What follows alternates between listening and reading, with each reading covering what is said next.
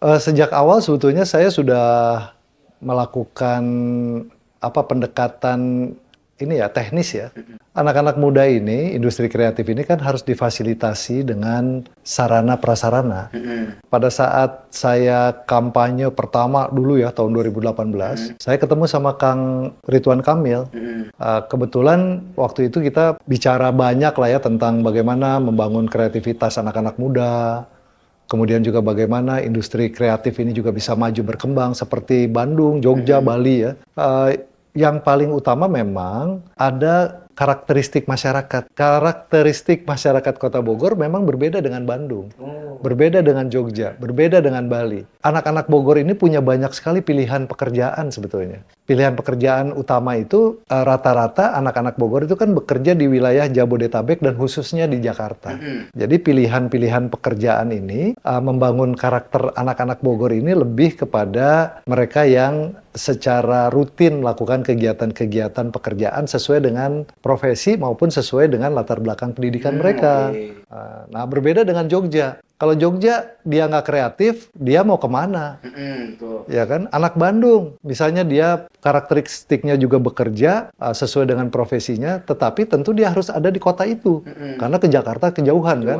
Ya. Apalagi Bali, kan begitu kan? Ini model, jadi saya pendekatannya karakteristik masyarakatnya. Nah, kemudian yang kedua, dari sisi latar belakang pendidikan. Nah, di Bandung ada sekolah seninya, ya, atau kalaupun ada di ITB ada Fakultas Seni Rupa. Di Jogja banyak kan gitu kan, ada ISI, ada sekolah karawitan dan sebagainya. Di Bali sama, Bali, Bandung, Jogja. Nah, Bogor memang agak berbeda. Dari sisi perguruan tinggi yang memfasilitasi anak-anak untuk bisa berkreasi ya di bidang multimedia, di bidang desain, di interior, kemudian di seni grafis, di desain grafis, di produk dan sebagainya memang lebih terbatas.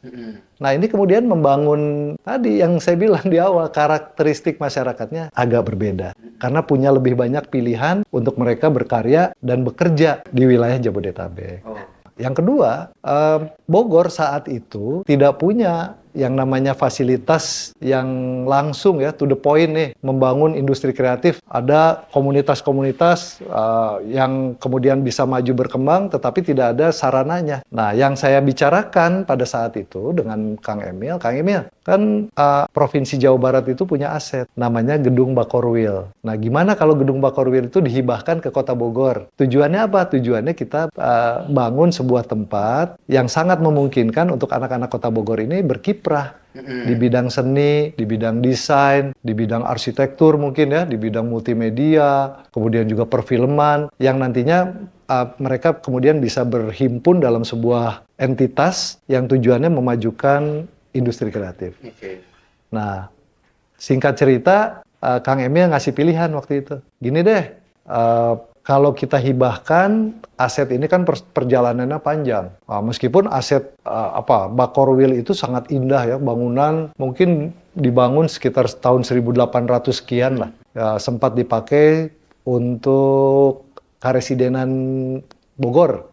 Nah, Kang Emil waktu itu menawarkan, oke, kalau gitu pemerintah provinsi mencoba berkolaborasi dengan pemerintah Kota Bogor untuk kita sama-sama rancang apa yang dibutuhkan. Nah, muncullah ide Bogor Creative Center, BCC. Nah, BCC itu kan bukan tiba-tiba muncul. Kita bahas cukup panjang, kita tidak lagi bicara bagaimana menghibahkan aset provinsi kepada Kota Bogor, tetapi kita membangun bersama-sama. Arsitekturnya sangat indah ya, karena kebetulan arsiteknya namanya Tantik Lam, salah satu arsitek terkemuka lah di Jawa Barat ya, bahkan di Indonesia. Yang sekarang sudah jadi, itu fasilitas yang kita sediakan. Ini sudah ada. Tetapi tidak cukup namanya bangunan, tidak cukup namanya infrastruktur. Tetapi juga kita harus membangun kulturnya.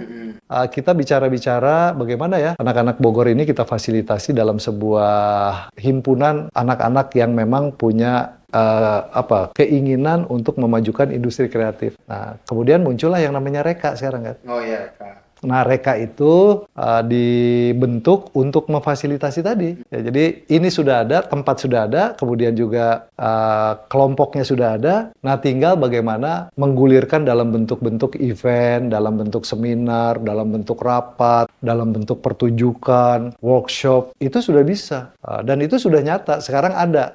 Waktu itu memang sempat terhenti karena proses pembangunannya terhenti karena COVID ya. Tetapi sekarang sudah ada dan silahkan, Bogor Creative Center ini sudah ada. Kemudian grup yang mengelola juga sudah ada. Tinggal ayo anak-anak muda Kota Bogor ini kemudian tadi membangun sebuah kelompok-kelompok yang tujuannya bagaimana memperkaya ya, kemudian juga bagaimana kemudian bukan hanya memperkaya tetapi ke depan bagaimana kreativitas itu bisa muncul dan diejawantahkan dalam kerja-kerja yang produktif. Itu kurang lebih kalau kita bicara apa yang sudah dilakukan selama 5 tahun kemarin.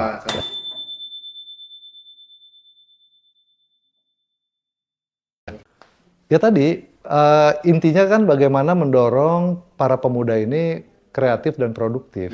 Ya.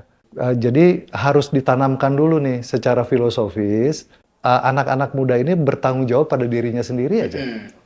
Ya, bahwa namanya kehidupan ke depan itu tidak bisa kita menggantungkan kepada orang lain. Itu namanya tanggung jawab. Ya, bagaimana kita kemudian punya cita-cita yang tadi secara gradual ya, berjenjang kemudian akan mendukung kehidupan dia. Nah, jadi memang harus ditanamkan sejak awal bahwa apapun yang jadi cita-cita itu ya harus dikejar kan gitu kan. Jadi jangan gini, gue pengen jadi itu, tetapi tidak ngapa-ngapain. Jadi nggak bisa menggantungkan nunggu fasilitas, nggak bisa, nunggu bantuan nggak bisa. Jadi apapun ya, kalau menurut saya dari pengalaman pribadi saya juga, apapun itu kalau dalam bentuknya tanggung jawab ya harus dijalankan setahap demi setahap, mendekati kepada tujuan idealnya kita. Nah itu harus semua pemuda kan harus tadi bertanggung jawab dulu pada diri sendiri. Nah bertanggung jawab pada diri sendiri ini juga kan tentu harus dibarengi dengan bagaimana membekali diri.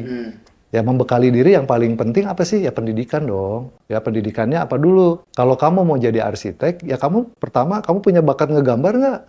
Kalau nggak bakat ngegambar, jangan pilih jadi arsitek dong. Karena apa? Karena effortnya akan lebih keras.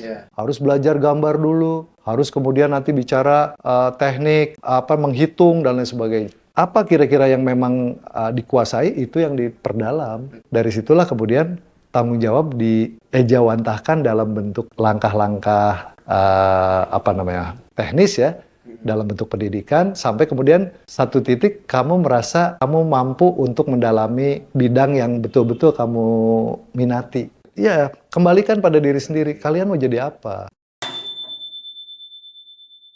Sebetulnya ini juga tadi masalahnya masalah inovasi ya, kreativitas. Sebetulnya perusahaan-perusahaan Indonesia itu sebetulnya sangat banyak pilihan ya yang bisa dijadikan sebagai partner untuk kita bukan hanya berbisnis ya, tapi tadi melakukan event. Setahu saya ya, banyak misalnya perusahaan-perusahaan di bidang telco, telekomunikasi, itu juga bisa diajak loh. Kemudian sekarang ada perbankan yang memang menyasar anak-anak muda, itu juga bisa. Kemudian belum lagi misalnya industri-industri yang bergerak di bidang consumer product ya, atau misalnya bidang makanan-makanan gitu kan, grup-grup besar, kan itu juga sebetulnya bisa jadi pilihan. Kalau dikaitkan dengan KTR ini kan bukan hanya Kota Bogor yang punya aturan ini, dan aturan ini jauh ada sebelum kita nih istilahnya berkiprah di pemerintahan Kota Bogor. Jadi ini kan merupakan sebuah komitmen, dan komitmen ini kan komitmen yang sudah dibangun oleh para pendahulu kita. Mungkin pendahulu kita itu berpikir begini, pingin anak-anak muda Kota Bogor juga menjadi anak-anak yang sehat. Kan itu bisa jadi pemikiran pada saat kenapa dulu Perda KTR itu dibahas. Tujuannya apa? Tentu kalau menurut saya ada tujuan baiknya. Tujuan baiknya adalah melindungi kesehatan mereka, kesehatan anak-anak muda, kesehatan generasi masa depan, supaya kemudian tidak membebani biaya kesehatan. Jadi bahwa ada tantangan-tantangannya, saya pikir terjadi. Dan perusahaan-perusahaan yang mungkin saja bisa kita ajak sebagai sponsorship itu tadi pilihannya banyak, mungkin harus dicolek kan gitu kan. Jadi bukan sesuatu yang apa namanya, tidak mungkin bukan hanya perusahaan telco, perbankan, tetapi juga mungkin industri otomotif bisa diajak, ya kan? Kemudian juga kayak sekarang kan banyak sekali industri-industri IT, apa namanya, produk-produk apa handphone ya, atau produk-produk yang lain yang memang bisa menjadi bagian dari bagaimana mengembangkan sebuah event, tetapi mungkin tidak dalam area-area yang melanggar perda. Oh, Ya. luar biasa itu. Berarti memang sebenarnya ada jawabannya untuk ke sana ya? Saya pikir ada lah ya, karena memang kan dimanapun ya, tentu ada sebuah proses yang sudah dibangun dan kita harus menghormati. Kita kan tidak bisa, ini kan produk dari apa namanya, para pemimpin-pemimpin Kota Bogor sebelumnya. Tentu dengan berbagai aspek mereka pikirkan, bagaimana mereka berpikir untuk apa namanya, bisa mengembangkan generasi yang sehat. Nah, itu ya kita hargailah. Nggak bisa shortcut, oh kita ini apa, cut saja. Itu harus ada proses ya. Ya kalau memang komitmen dari semua untuk mencabut sebuah aturan, ya tentu ada proses yang harus diambil ya. Sebelum saya kan 2019 masuk, bahkan Pak Bima pun ya 2014 sudah ada perda itu ya. Ya ini sebuah, kalau menurut saya kan sebuah penghargaan kepada generasi masa depan ya. Bagaimana para pendahulu-pendahulu kita ini berpikir sangat dalam, sangat filosofis, ingin sesuatu hal yang positif terbangun, dan salah satunya mungkin pemikiran tentang bagaimana generasi muda masa depan ini lebih sehat. Salah satunya itu. Siap. Untuk anak-anak muda Kota Bogor, insya Allah kalau kebersamaan, sinergitas, dan kolaborasi kita bisa bangun, berbagai persoalan Kota Bogor kita bisa carikan solusi yang terbaik, dan tentunya kita pikirkan bagaimana anak-anak muda Kota Bogor itu bisa berkiprah di kotanya sendiri, kemudian juga bisa lebih membuktikan bahwa anak-anak Kota Bogor memang mampu dan siap untuk bersaing di level-level berikutnya. Demikian, terima kasih. Ya. Assalamualaikum warahmatullahi wabarakatuh.